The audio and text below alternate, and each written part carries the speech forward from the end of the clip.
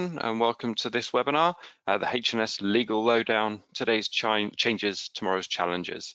It gives me great pleasure to welcome all of our delegates this morning and our speakers. Of course, we had over 200 registrations for this one, so it's clearly a very popular topic that we're going to be going over. Our expert panel today, joining us, we have Greg, who is our Director of Market Development at Assurity Consulting, and joining Greg we have two partners at HCR Law. We have Kathryn and Ruth, who are guiding through the topics today.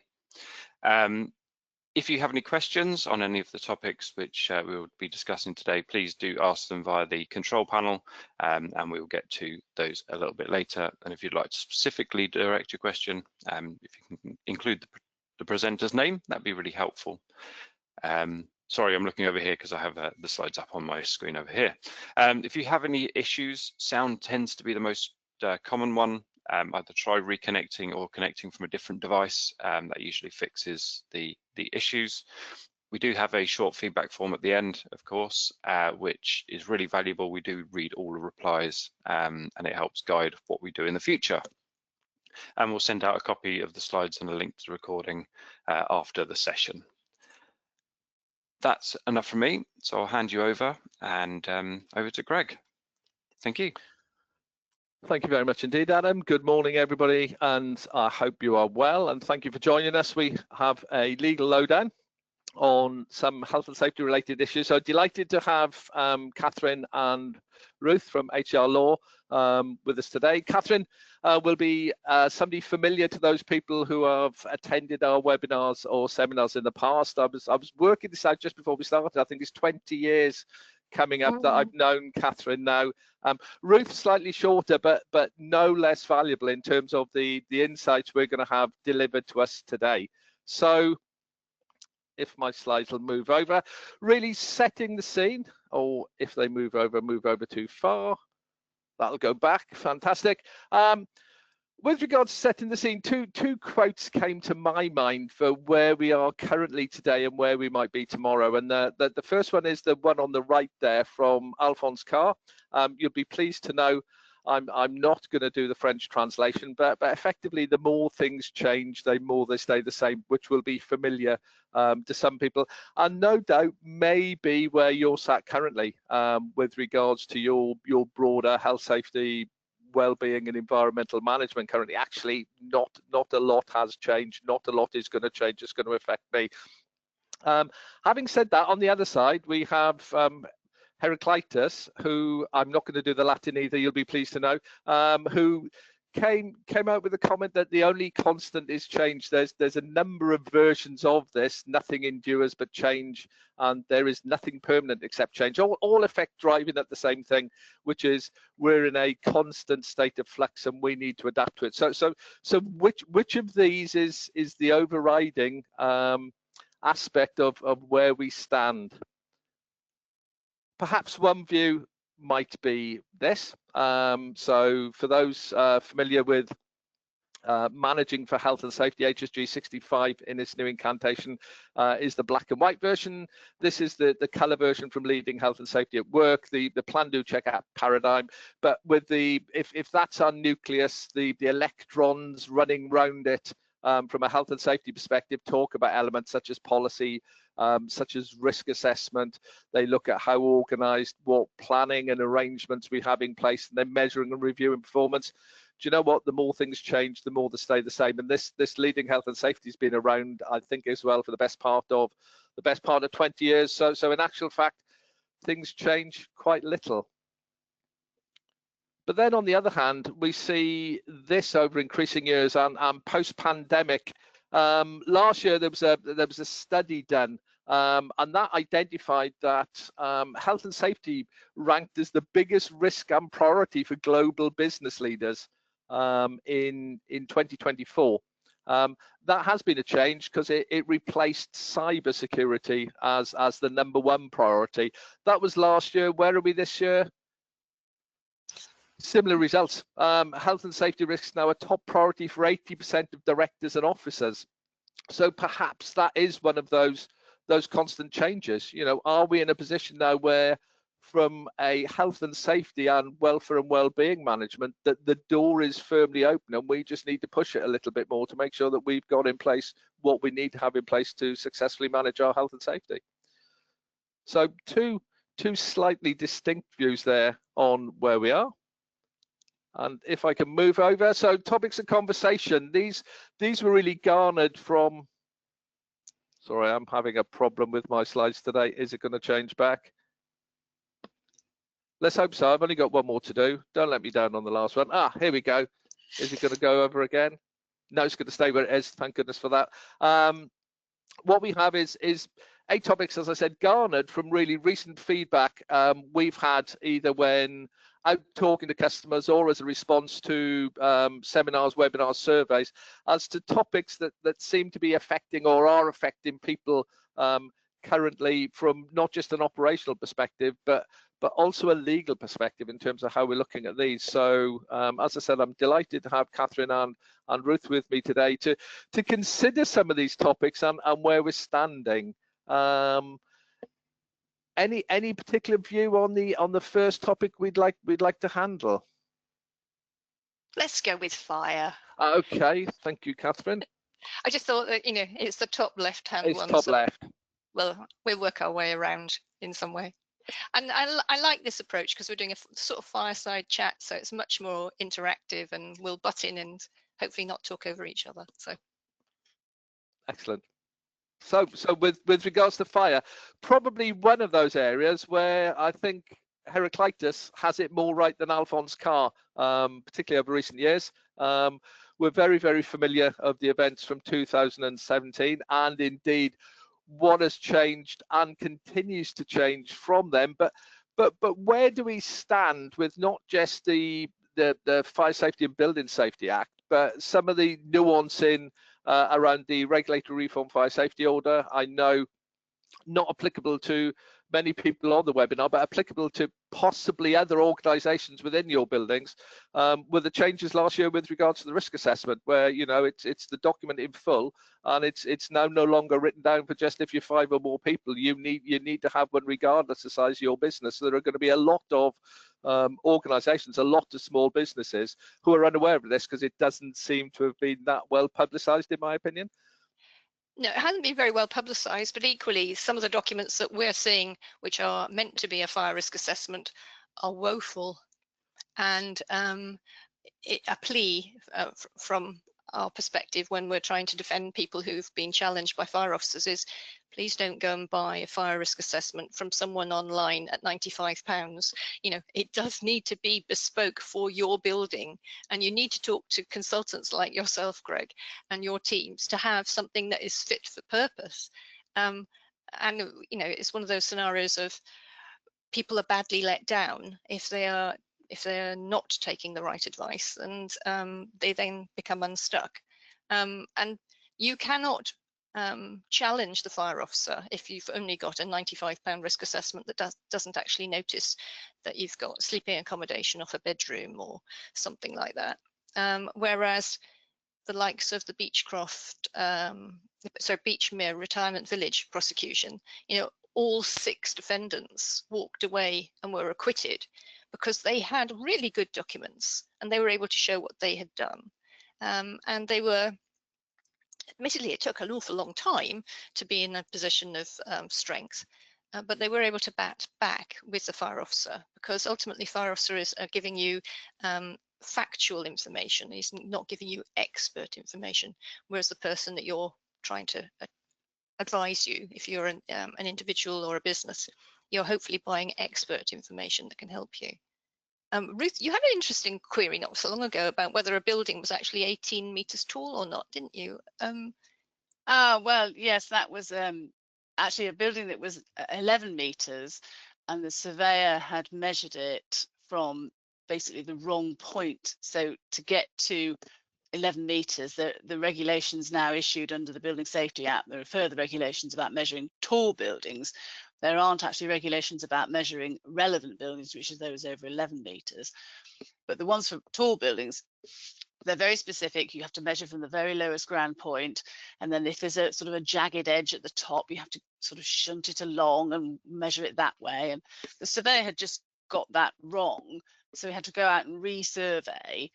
We found that the building was 10.9 meters tall, and if you're a leaseholder in a building like that, 10 centimeters is stopping you getting your leaseholder protection from the Building Safety Act. So you can imagine the leaseholders are going to be a bit irritated, to say the least, if the building owner then tries to put through fire safety remediation costs on your service charges for the sake of 10 centimeters. In fact, the Ministry of Housing, Local Government,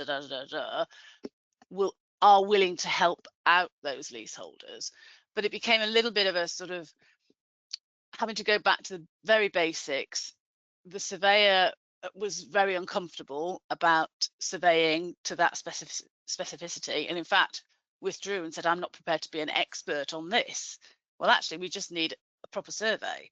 So we didn't need an expert, we just wanted somebody to do it properly as per the regulations. So it's a bit of a minefield, and it causes a lot of concern for clients, and inevitably drives up costs, because they need to find out if they've got to account for leaseholder protection provisions, or whether they can just put their remediation costs through on the service charge. But in terms of a fire, if we're talking about fire, I would just like to put in a little word for lithium-ion battery fires, which is one of my areas of particular interest, because whilst the London Fire Brigade and people like that are pushing public awareness of e-scooter fires and electric bike fires, the insurers and the regulators are more interested in what's going on in the workplace in terms of people charging batteries in the workplace, and what they're doing to store batteries, and how they're assessing battery risk. And my one piece of concern is that the people who are doing risk assessments when they're looking at battery fire risk don't actually know what battery fire risk is, and they may just regard it as, oh, well, it's never going to happen. But actually, it's quite easy for a battery to catch fire. I appreciate that there are steps being made in the manufacture of batteries, but a lot of old batteries can be dinked. They can be slightly damaged, and then you charge them, and they go up, poof, and then within seconds you've got a nasty cloud of vapor. People are coughing and spluttering, and the fire can take off extremely quickly. There's some excellent videos on YouTube if you ever want to watch a lithium-ion battery fire take off extremely quickly. So my one plea is that everybody looks into their risk management of batteries in the workplace. And there are devices out there you can buy that you can, if a mobile phone is getting hot and you think it's going to explode, you can actually put it in a box which prevents it from, taking the whole building out. So thinking about what steps you can take to reduce the risk, worth investigating. Yeah. It's a really good point. And one of the others from our perspective is actually EV charging points. Yeah. Where they go in and how they are located within premises, because it's not always the most convenient point to put the EV charger is the best point to put the EV charger, and it needs underneath the wooden balcony is never the best place. No, indeed. But so and it's something, funny enough, fire is one of those areas where we're actually going to explore in a lot more detail in our we have a seminar coming up in November where we'll be looking at these. But from my perspective, one of the other interesting ones has been looking at enforcement, and we're into an Alphonse Carr moment here, because in terms of over the last decade, if you look at, and so some of the research we've done is looking at London Fire Brigade enforcement, because they publish everything for all the boroughs. You get a good source of information, and it is the Article 8 general fire precautions, Article 9 risk assessment, Article 11 fire safety arrangements, your fighting and detection and emergency routes and exits, so 13 and 14 and 17 maintenance, which tend to be the major ones, but they're the ones that most people you would have thought would have had an eye to. in terms of that, you know, having a risk assessment in place, making sure your emergency routes are clear, making sure you've got some form of firefighting and detection, and then maintaining the systems. But they do tend to be the ones where you see improvement, prohibition notices time and time again. And also that London Fire have stopped being the chatty and giving you advice scenario of, oh, you need to do this, you need to do this, and just send you a letter. It's now much more on the front foot of enforcement action, because, you know, people have had long enough, I think, to get it right. I get that impression from them of how many times do I have to ask you not to put chains on the fire escape, you know, because you're more worried about a burglar coming in through the back door, so you've chained up the fire escape, than you are about the fact that, you know, it is the way to get out if there is a problem. It's tricky. They're equally balancing their position. Yeah. Okay, so fire. Having had a little look at fire, as I said, we've got more to come on that in a couple of months' time. Topic 2, are we? Should we just go down the list? Should we look at well-being next? Go on then. Go on, Ruth. Or shall I go? I'll go. Go on. Well, you go first, Kathryn.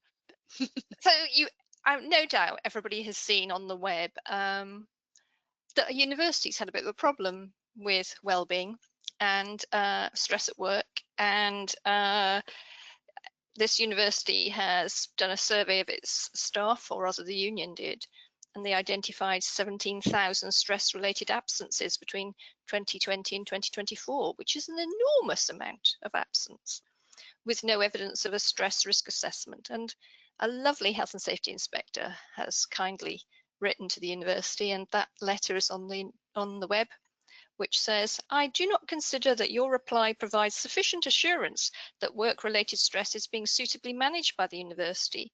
Almost all your stated control measures are tertiary or lagging measures that deal with stress once it's become a problem.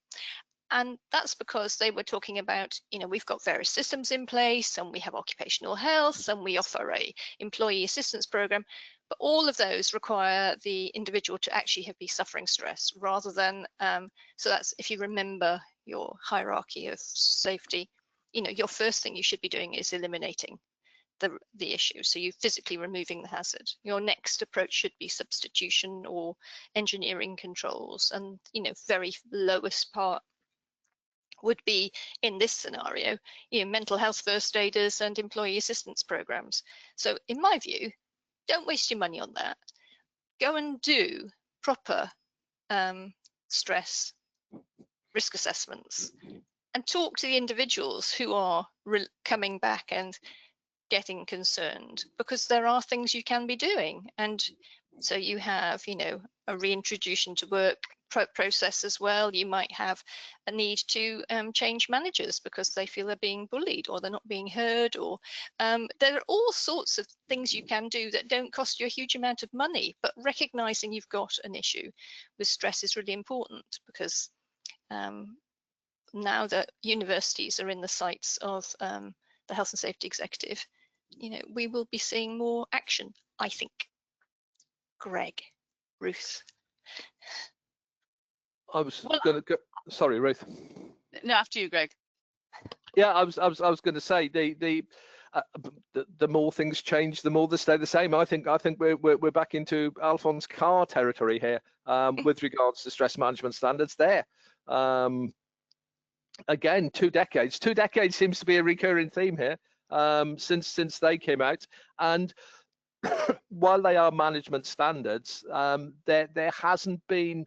I think you're right. There's been more looking to treat the symptoms than treat the cause. In terms of once it's letting it happen, then trying to change it.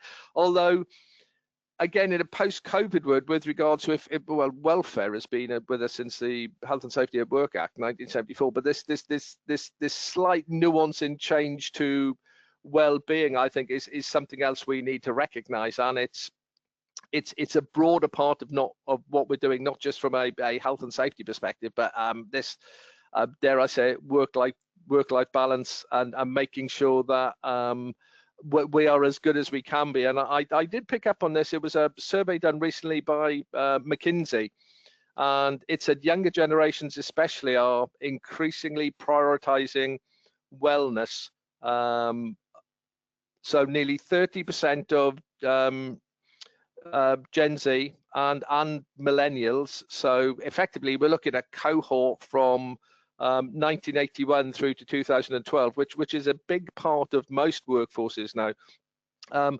Are looking to prioritize wellness in terms of not just what they're doing in their personal life, but in their work life as well. So what proposition is being offered to them there, and that draws in a whole host of areas of health and safety as part of your health, safety, and security. So I think it's something that's not going to go away.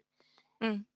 Well, building on that, actually, Greg, I did come across a publication from IOSH that was in one of the health and safety magazines only last month about a survey that had been done of about 1,000 office workers, and at least 500 of them were 18 to 24, and they felt that the new hybrid working systems left them feeling cast adrift and left them struggling with their well-being. 1 in 6 workers said their well-being has worsened, while more than a quarter felt cut off from their workplace community. The figure rises to 36% amongst entry-level workers and 32% at those at intermediate level. And young workers, when asked what would help them, they wanted structured check-ins with managers, followed by mental and well-being and mental health support, clearer career pathways, in-person mentoring and coaching. That's all preventing stress occurring. That's exactly where we started with Kathryn saying the university was only dealing with it after it occurred. Getting people back in the office might be a way to stop it happening in the first place. So might not be welcome to everybody. Well, again, I think it's one of those. The only constant is change. So we've covered both in this one. In that it worked better for someone, won't work for others. But yeah, certainly that's some compelling information for getting people back into the office, but also demonstrating once you're in there that the office is a safe and healthy place to be, not just emotionally but physically. Yeah, absolutely. So what's third on our list is security, and in particular, I think we're looking at Martin's Law here, which is a significant and good change. One of the things we are finding with this is targeting premises with regards to their resilience to terrorism, to a terrorist event, and how they would adapt and react to it should one be looking like it's going to occur or has occurred. It got roll assent earlier. We're waiting now. We've got a 2-year period in which to get organised, and we have had a flurry of guidance earlier in the year. It is a change insofar as there's a couple of things to pick up, certainly from our perspective here. One is, are you in or are you out of scope? And there are 4 criteria for organisations to fall into scope of the Act. 1, there is at least 1 building. 2, the premises are wholly or mainly used for one or more of the uses specified in Schedule 1 of the Act, which are shops, restaurants, schools. There is Schedule 1 of the Act is quite long, but there is an extensive list of properties that would fall into that. 3, it is reasonable to expect that at least 200 individuals may be present at least occasionally. So this is for standard tier duty. And 4, the premises are not excluded under Schedule 2. And Schedule 2, not quite as long as Schedule 1, but equally has a number of properties who would be exempt, or premises that would be exempt out of that, which is one of the areas that we're finding some people are now struggling is the wrong word, but able to identify whether they're in or out of scope, because the argument is that because we have this many people, but excuse me, on this basis, even though only occasionally, we wouldn't qualify, and they're being told that they wouldn't. Whereas on the face of it, it looks like, because it's in instances it's thousands of people on a regular basis. So even for the enhanced tier, which is above 800, so standard tier is 200 to 799, would look like they qualify, but they've had advice to say no, they don't, and for these reasons. And I think we need some clarity around that. And the other one is with regards to the regulator, which is the SIA. So we don't know how they are going to approach it, but fundamentally their mandate was for compulsory registration of security guards and running the voluntary approved scheme. So this is going to be very new to them as far to overseeing and having the enforcement responsibility for Martin's Law. Any comments or thoughts on that from yourselves? I was going to say that our colleague, head of the department, Heath Thomas, does an awful lot of work opposite the security industry authority. You know, the door supervisor type scenario, the bouncers of restaurants and discos, and is that the right word? Do they still call them those? Clubs, etc. And they're not an easy organisation to be against. Put it that way. They're a challenge. Okay. So I think it's going to be a really tricky learning experience going forward, unless we've got some decent guidance coming through, which we're still waiting on. What about you, Ruth? What do you think? I'm afraid I disagree with you, Kathryn. I think from my limited experience working with Heath on those security industry cases, they are one of the more awkward regulators to deal with. They're probably just at the moment getting the guidance together, and then once it's issued, they will expect people to follow it very closely. Because if you think about what they're trying to prevent, of course they want it followed very, very closely indeed. And they are quite hot on prosecuting people. They will pick people up in a way that I think perhaps they have more resources, but perhaps more than the HSE or other regulators. So once we get the guidance, we have to abide by it, and it's very obvious the reasons for that. And I think schools, whilst they may, from time to time is the phrase in the legislation. Well, very often got 800 people on site. It's very obvious, isn't it? So. Indeed, it's sorry. I was going to say, but does it mean that we're going to see the end of, the civic fate or that sort of stuff? Because people won't be able to afford to buy the insurance and won't be able to. There's loads of ramifications from this, aren't there? We've already seen the end of St. Patrick's Day parade in Birmingham because of it, because the insurance is just astronomical. And I think that's a great example, because if that was be an event, because it's not a specific premises, then you start to look at some of the requirements for event, which say it needs to be ticketed. So if that's not a ticketed event, is it in scope, or is this a decision? And that actually brings in for me the wider point that for a standard tier, so 200 to 799 a premises, the initial two requirements are: one, you notify the SIA, and two, that you have in place, as far as reasonably practical, appropriate procedures and measures. Aren't they equally appropriate if you're not 200? Isn't that something, as a responsible employer, we all should be taking a little note of and thinking, well, asking the question, what would we do? How have we got? What have we got in place? How would we respond to this? And just having it.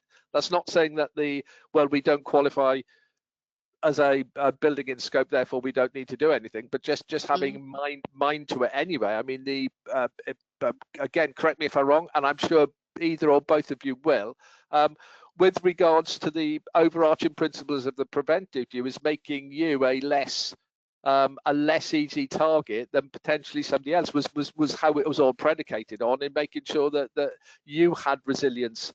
So does not that equally work for everyone else as far as Martin's Law goes? Does that mean, say, every building is going to go and buy themselves a public access trauma first aid kit? I don't know. That would be a decision for themselves to make. Although we have, with defibrillators, we've got a huge voluntary network of defibrillators across the country, which benefits all. Would this not be another example of that? Yeah. I'm afraid it's very much a wait and see, unfortunately. I think it is with regards to that one. So we don't know whether how Martin's law is going to play. As I said, we do need to wait for the guidance. It is a big change, particularly with regards to knowing whether you're in scope or out of scope. But that doesn't stop anybody starting to just have a look in the first instance about where they are and what they would do.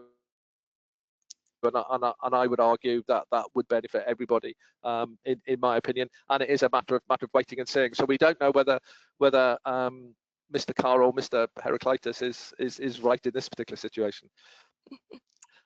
Our next topic is the very broad one of health and safety in general. So I'd be really interested in seeing some of the trends that you are seeing having occurred recently across the UK as far as the legal perspective goes on broad health and safety.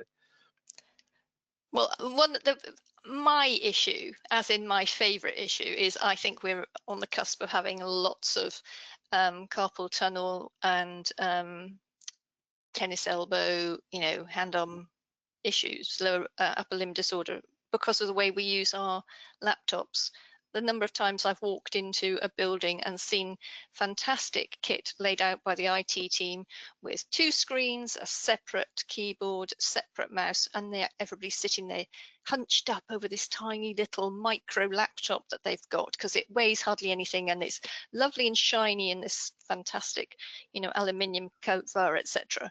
But the fact is, it's a piece of work equipment that should be, dealt with appropriately. And the IT team have bought you all of the stuff to use, but you don't use it. Well, why? Because you are triggering a long-term chronic health condition, which is then going to become the big personal injury claim that you would want to bring against your employer. Because unfortunately, in my experience, employers don't keep very good records about, DSE, the display screen equipment risk assessment, evidence about what training they've given them, how they've helped them set up their desk. I mean, I'm forever telling people to adjust their chair, don't sit cross-legged on their chair, sorry, that's the one I'm picking on my son and his girlfriend for, all of that sort of stuff. But I mean, I think, Ruth, you went and did some research for me on this, didn't you, to find out some cases, as in what sort of awards we had been given by the courts. Sorry. So I have found a rather nice little scientific article, which I'll read out the title because I'm very impressed with it. Prediction of work from home and musculoskeletal discomfort, an investigation of ergonomic factors in work arrangements and home workstation setups using the COVID-19 experience. If anybody wants the link, I can send it to them. It's more interesting than it sounds. It was published in the 9th of February in 2023, and it's actually a Hong Kong study.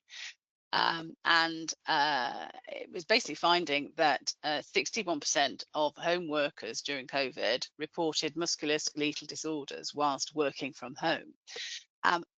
I'm quoting from the source here. It says, because of the small living spaces in Hong Kong, I think that's probably a generalization, but 51% and 24.6% of home workers worked in their living and dining areas and bedrooms rather than working at a desk.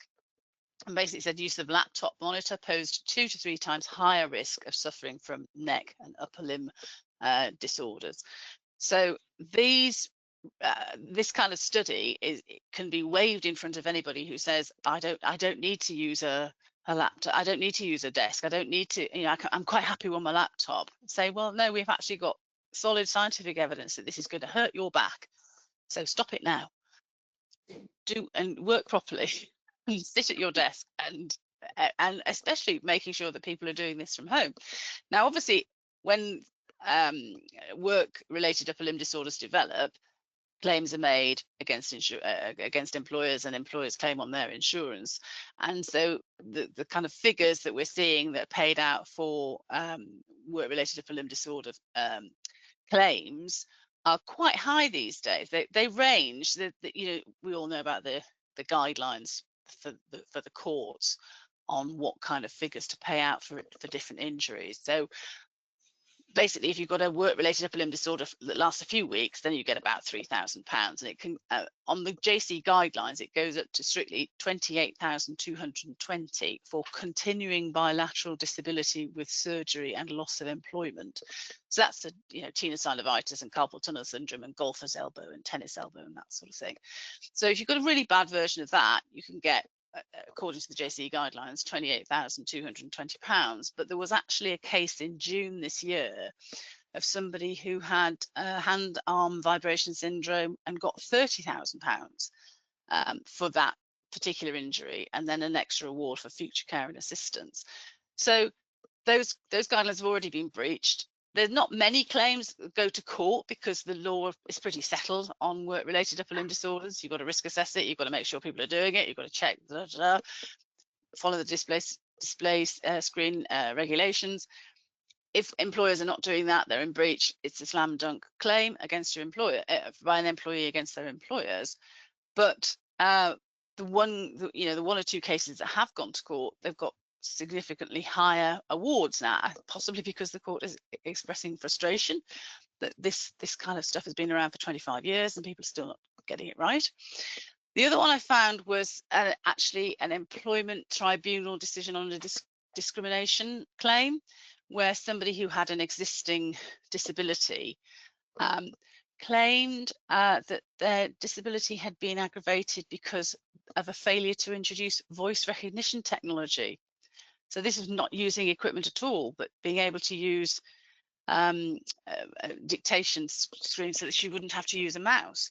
And that lady got an award for disability discrimination. So it's not a personal injury award, but that indicates the level of equipment that an employer has to provide to make sure that their employees don't become injured by their own working practices.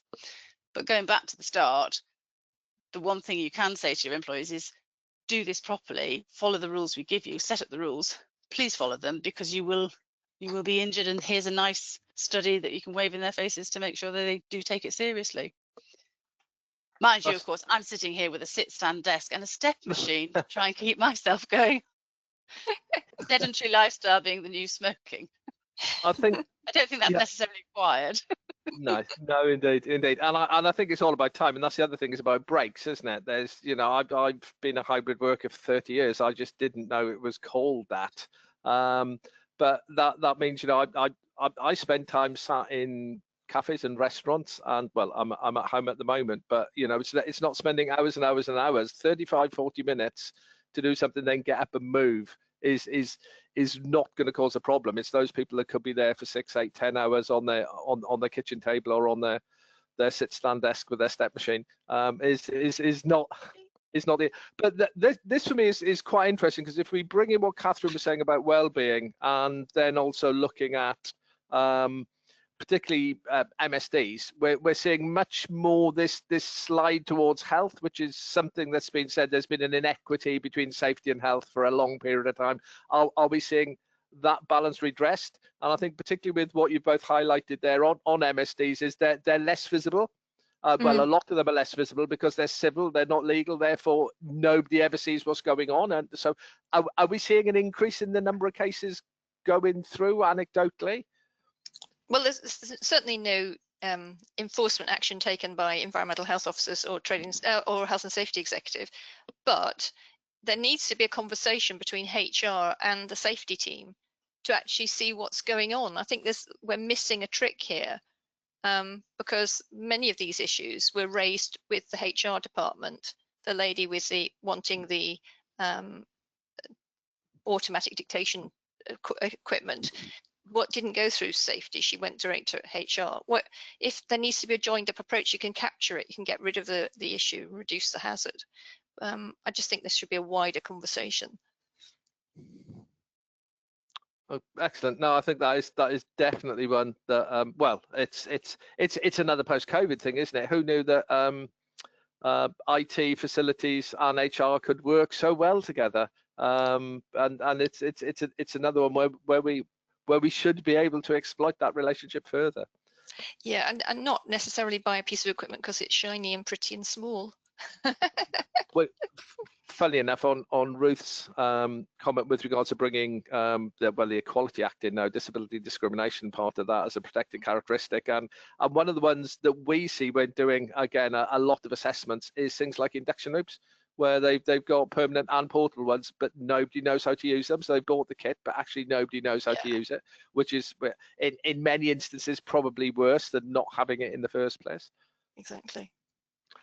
So on that point, let's move on to the right hand side of our list and look at asbestos. And obviously certainly the big issue for us recently has been the change with regards to the asbestos management plan and how the HSE are looking to broaden that, and so, to be honest, clearly flagging the fact that responsibilities lie across. I think there's up to Michael, never forgive me if I get this wrong, but 13 different now people who could be involved in that. So it's capturing an awful lot more information.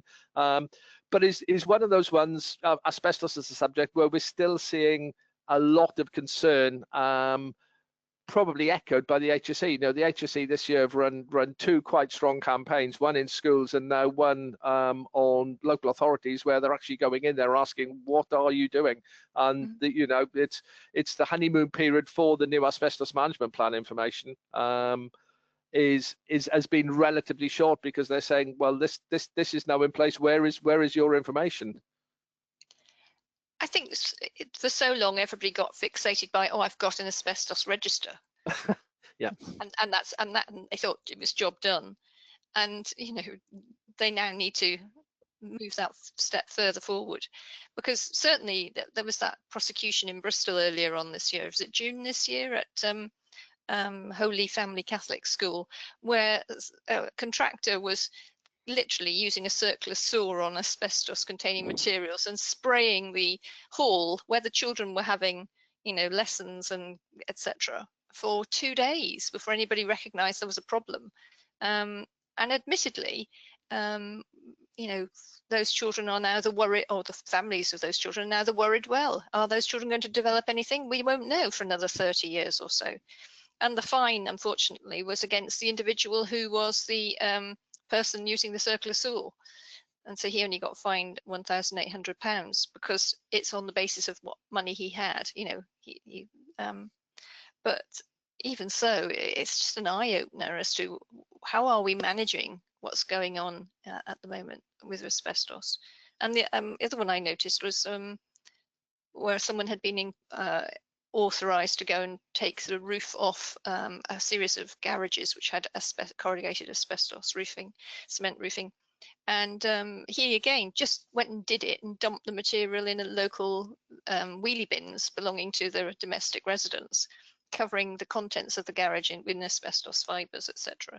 And because he was again an individual, you know, was given a 12-month community order and 200 hours of unpaid work. That was in March of this year. And you're thinking, but all of that damage now that's been done is having to be sorted out through insurers, etc., to fix what they've done. And hopefully, the new approach is going to make it a bit better. But who knows? Well, I think hopefully the focus more on information, as you said, then, well, we've got a register. That's all we need. Now you need to keep your plan up to date, and you need to be actively involved in it. But sadly, it's another Heraclitus, isn't it? The more things change, the more they say the same. When you were talking about the school incident, I was mindful of one that happened not that long after. Well, we're going back to May 2004 when Regulation 4 Duty to Manage actually came into being. Of one where over a summer holiday a school was having ceiling tiles that they knew had asbestos containing materials in them removed, but they got the wrong skip. So the caretaker at the school came up with a novel approach for getting more into it, which was to ask half a dozen of the children, bearing in mind this was a junior school, to get into the skip and jump up and down on the tiles to make them smaller. Yeah, it's oh dear God. And this isn't so there is definitely lessons to be learned there. Sorry, before we move on from asbestos, just taking this outside of the school scenario, I had the misfortune to represent a company and its director who had basically a pile of asbestos containing materials in an open air building for quite some time. And the HSE investigated and prosecuted and brought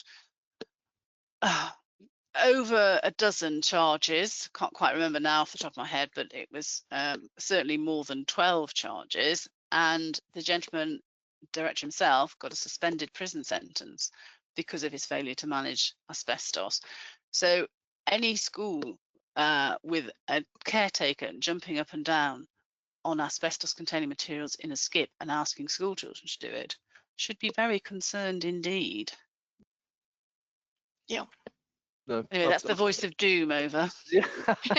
no, absolutely, but it is true. But it does seem to be a mistake that we keep repeating. I'm conscious we've only got 15 minutes left, so we need to crack on. Indeed, thank you, Kathryn. Air quality was the next one, and I think that's another one that's is gonna fall to me. Whereas we've seen a huge increase in the last 3 to 4 years of interest in indoor air quality, which is only part of the blend, because we also need to be looking at outdoor air quality too. But really just the notion that well, we're back into well-being, we're back into health and safety in terms of providing a good environment for people working, and we have found that, I mean, contrary to popular belief, indoor air quality in a well-maintained, well-managed building is significantly, and I'll repeat that, is significantly better than the air outside.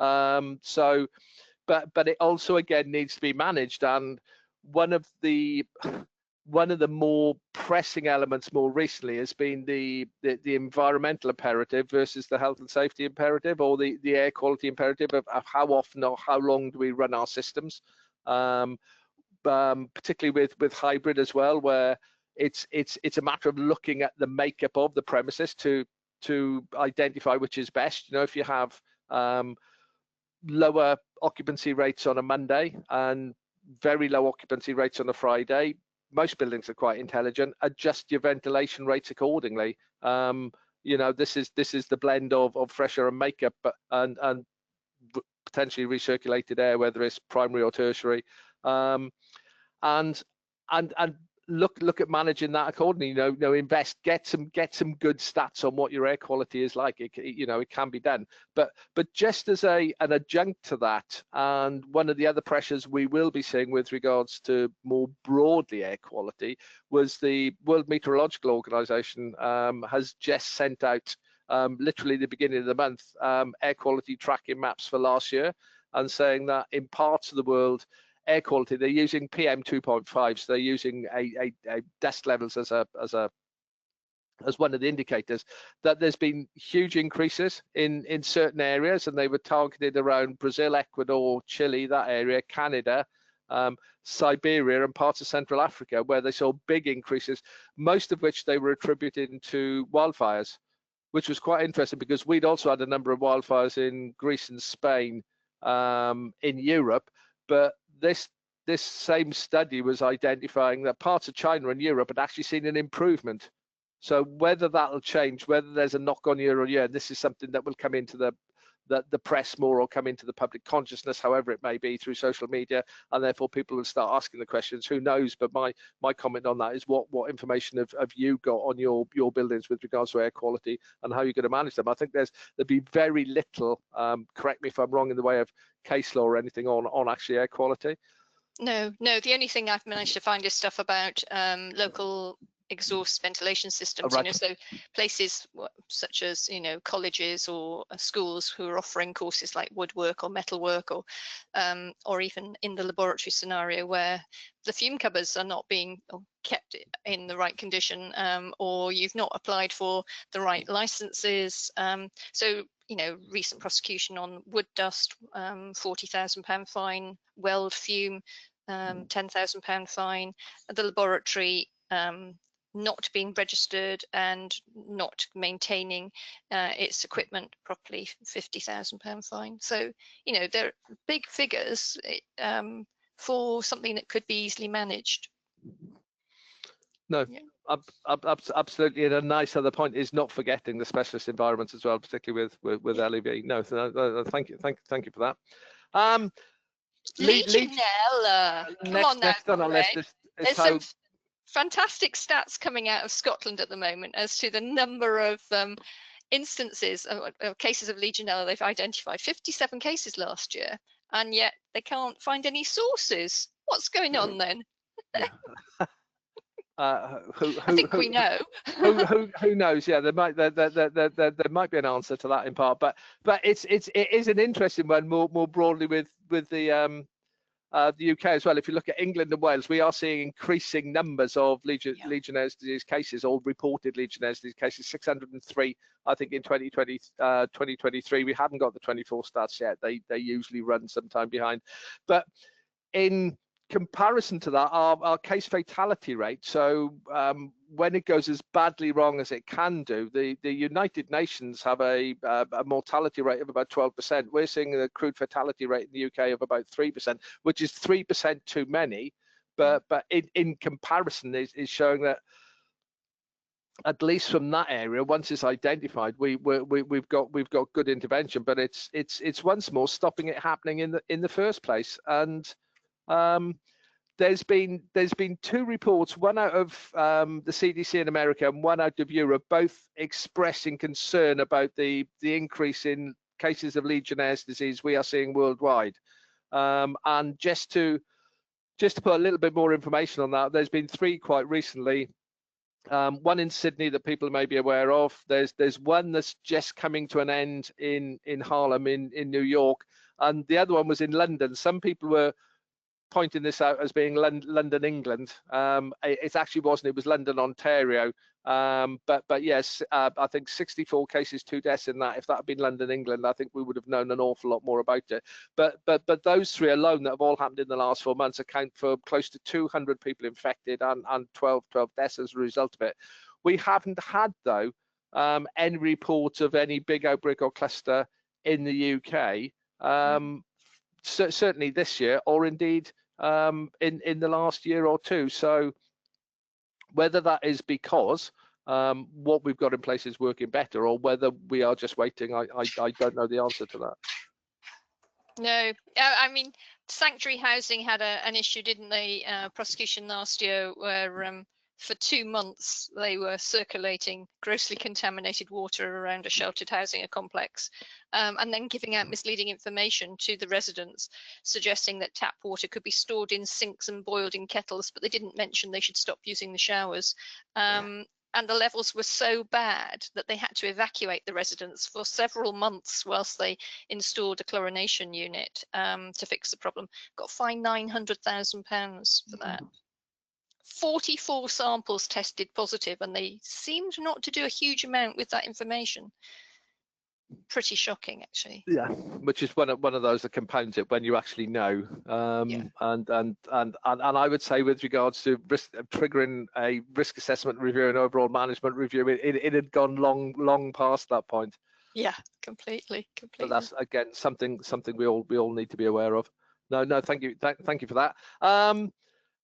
Driving for work is the last on the list, and again, as you said, conscious of time, just a few minutes on this. I know Ruth has some case law to talk about. Ruth, do you want to go first, or would you like me to talk through some stats I've got on driving for work, which I think is one of those issues that we do tend to forget about a little bit? Why don't you give us out your stats? You're a good stats man, Greg. Oh, thank you. I will take that as a compliment. In terms of, this was a study that was done, it was a couple of years ago now, Highway England and RoadSafe, but they identified that approximately just under 1/3 of all road fatalities and 21% of all casualties, killed or seriously injured, occurred in driving for work collisions. So you know that is quite broad. And in 2018, 520 people died in collisions involving a driver or rider driving for work, but actually 12% of them were the working driver or rider. 5% of the fatalities were passengers, but a huge 83%, 432 of these cases who were killed were non-working road users, so somebody on the road other than for work purposes. So that is a big cohort. And the numbers are significantly increased compared to what we see from the HSE with regards to work-related fatalities. But there is a bit of a mirror there, because I think 93 members of the public were killed last year. In addition, so there is a big cohort of those who aren't working, who are suffering as a result of this. But you know, driving for work, is this something we're going to see an increase in terms of action being taken? Well, of course, the police prosecute road traffic accidents. The HSE really only get involved if there's sort of management failings that have led to the road traffic accident, or there's something wrong with the vehicle. There's an employment law aspect, a work aspect to which caused the accident. But the HSE runs campaigns on it. The police run campaigns. Obviously, we're coming into the darker nights. We'll get that campaign about when the clocks go back. The trouble with a work-related driving accident, in non-legal terms, is that it becomes a bit of a mishmash as to who's going to take precedence, as the HSE or the police, and then where you stand on your insurance can become a bit of a nightmare. So say you're driving home from work, you've finished your working day, but you're in a working vehicle, a work issued vehicle, you're tired, you have a car crash, you injure your passenger who's a work colleague, then you know, you could have a fatality. You personally are prosecuted for death by dangerous driving. Where does, you know, which insurer is going to pick that up? It becomes a bit of a sort of a logistical nightmare for your employer. Then it can have sort of knock-on effects on, say you were driving as part of a contract, say you were driving for a known national infrastructure organization, and your employer was a subcontractor to that main contractor. The main contractor is going to be annoyed that their name has been mentioned in press reports. That can have a knock-on effect on you know, business generally. And ultimately, you know, a policy within your work that says don't drive when you're so tired that you can barely stay awake, you know, pay for the hotel, because you want your employees to come back to work the following day. You don't want ever to be in a situation where your work systems have contributed to a death on the road.